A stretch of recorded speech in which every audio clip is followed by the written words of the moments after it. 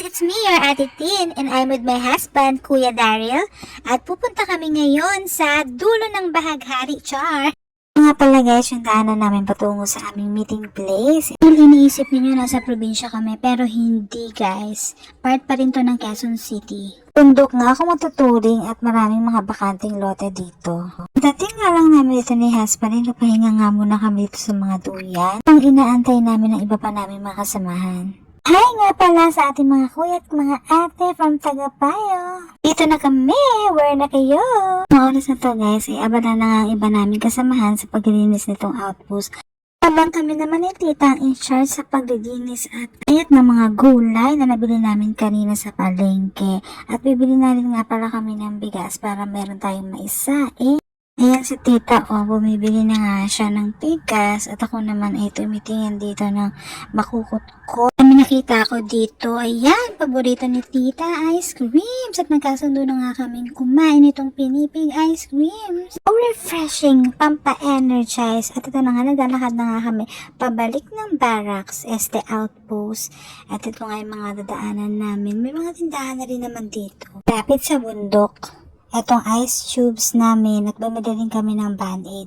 Madali na nga kami maglakad ni tita para makapagsaing na kami at makapananghalian. Ay, sa wakas, nakabalik na rin. Dahil mainit dito sa labas, grabe katinig ng araw, tanghaling tapat talaga. Nagpapakita si Haring Araw. Aktuhan nga lang ang balik namin ni tita. Malapit nang maluto ang balbakwat, mga ihaw-ihaw. Kasunod naman itong isasaing namin. For the meantime, ay mauuna na itong dessert namin na ice creams. Pinipig. Pinipig kayo dyan. Baka naman, cream line. Ito yung akin guys. Kain tayo. Ikakain ko na lang pala kayo. First bite. Si Papa busy sa pag-ayos sa bintana at pamumutol ng mga sanga. Dahil na yan. Oh. Galing oh. Ano may isip? Samantala rito, yung 10,000 mo, dito mo gagamitin. Malublakan to lahat. Praise God! Tama si Ninong Panis. Sa paunti-unting plano with time, effort, and money, ay matatapos din tong outpost. With cooperation at pagtutulungan na rin ng bawat isa. Ayun nga si Uncle, talaga nag-talent portion na at luto na nga itong balbakwa. Ang sarap guys, amoy palang ulam na itong inihaw din, malapit ng maluto at ang ating sinaing. Meron tayong tisyong dala, ano? Tisyo. Yan. Paano mo nga dun sa init, kuya, patong mo sa init. Basay mo yan. Yan guys, ang ginagawa namin dito, ang paglilinis at pag-aayos dito ng Barangay Police Community Outpost. Ito yan sa Sitio Bakal, Barangay Bagong Silangan, Quezon City, o kung tawagin nila, Alibambang. Ganun. Itong asawa ko nga dyan ay nag-ayos na rin ng mga basura dyan. Dyan din, syempre, ang mismong presidente sa aming samahang Tagapayo Special Task Force, si Uncle Boyet, and ang isa sa mga national advisor namin, si Ninong Panes. Sila ang nag-prepare at nagluto ng aming mga pagkaing pagsasaluhan ngayon. And si husband, ayan na, luto na ang sinaing.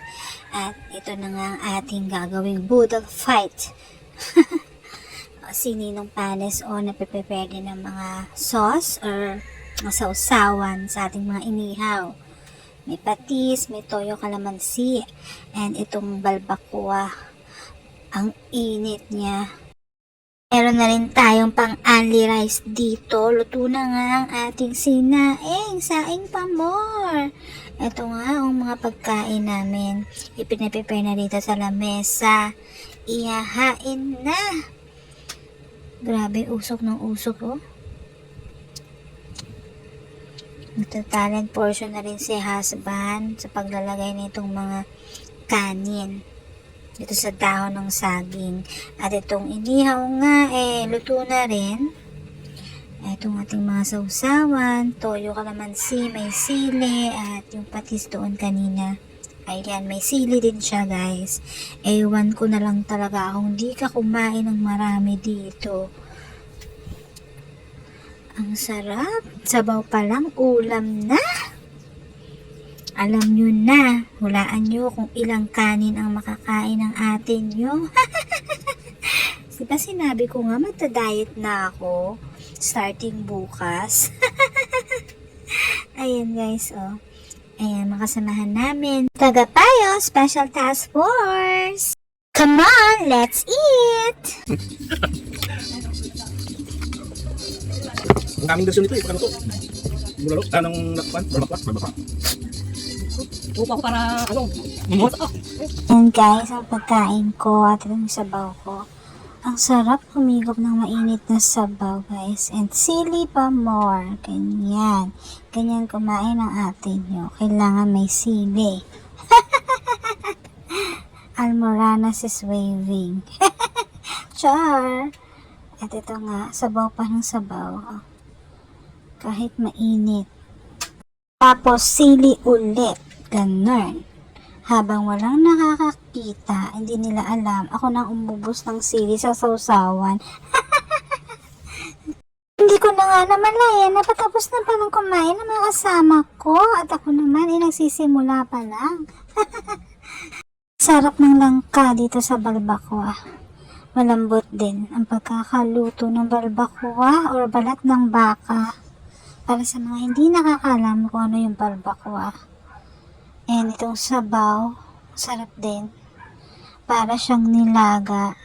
Flash bulalo. Basta masarap, ganun yung lasa niya.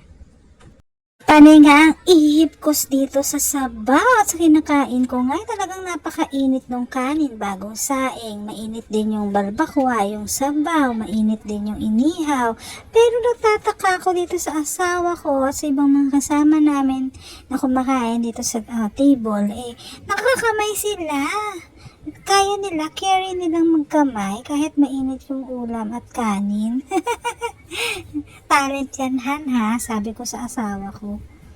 Kasi hindi ko talaga siya makamay kasi gawa nga nang napapaso yung kamay ko. Ito nga lang ang gawain namin nito guys. Panay food trip.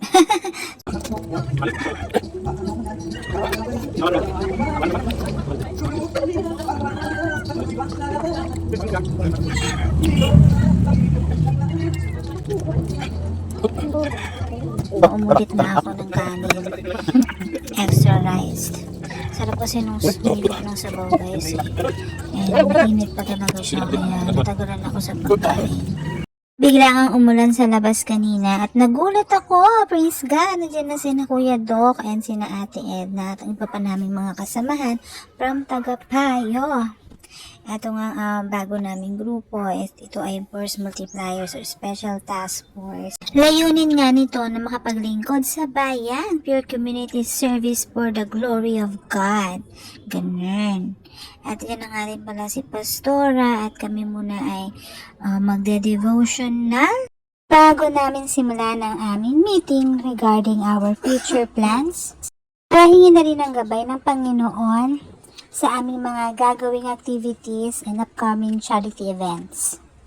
Pagkatapos nga ng meeting namin guys, nakaka-amaze lang tignan itong mga nagpapakita dito sa kalangitan.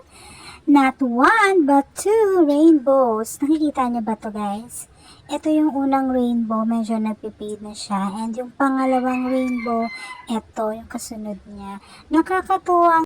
Totoo nga ang kasabihan guys. There's a rainbow after the rain. There are rainbows after the rain. Maghari din guys ay isang paalala sa atin. Natuto pa rin ng Diyos ang kanyang mga pinangako. Initanda ng pakikipagtipan ng Diyos sa mga tao. Sa angkan ni Noah na hindi na niya muling gugunawin at lilipulin ng mga masasama sa pamamagitan ng isang malaking baha. Kahanga-hanga.